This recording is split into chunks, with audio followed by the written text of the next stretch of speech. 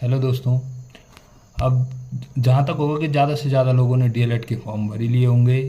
अब कुछ लोग ऐसे होंगे जो सोच रहे होंगे कि अभी टाइम है तब भरेंगे डीएलएड का फॉर्म, या फिर कुछ लोग सोच रहे होंगे कि अभी तो बहुत टाइम है, थोड़ी देर बाद या कुछ दिनों बाद डीएलएड की तैयारी करेंगे। तो मैं उनको बता दूं कि लगभग ये मान के चलिए कि आपके पास डीएलएड की तैयारी करने के लिए ज़्यादा समय नहीं है, क्योंकि डीएलएड में जो है जो आपके पास 4 सब्जेक्ट होंगे, जिसमें आपका आएगा जीके जीएस, रीजनिंग, मैथ्स और टीचिंग एप्टीट्यूड।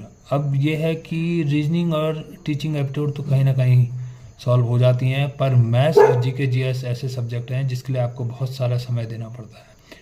इसके लिए आपको क्या करना है, इसके लिए आपको पुराने पेपर सॉल्व करने हैं, अगर कहीं से हो सके तो प्रैक्टिस सेट जो हैं वो बार बार सॉल्व करने हैं। ये मान के चले कि जब आप उन चीज़ों को रेगुलर सॉल्व करोगे या फिर उनके टच में रहोगे, तब जा कर के आप डीएलएड में 170 180 जो स्कोर है वहाँ तक कवर कर पाओगे।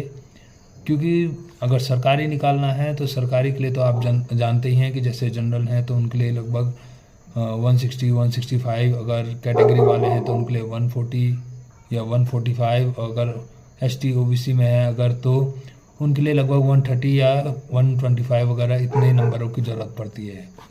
तो इस भरोसे बिल्कुल ना रहें कि एक दिन में डीएलएड के लिए पढ़ने से डीएलएड निकल जाएगा, क्योंकि कॉन्फिडेंस अच्छी बात है, पर अगर ओवर कॉन्फिडेंस रहा तो ये डीएलएड का पेपर भी छूट सकता है। तो तैयारी करें अच्छे से और 22 नवंबर को डीएलएड का पेपर देने के लिए तैयार हो जाएं।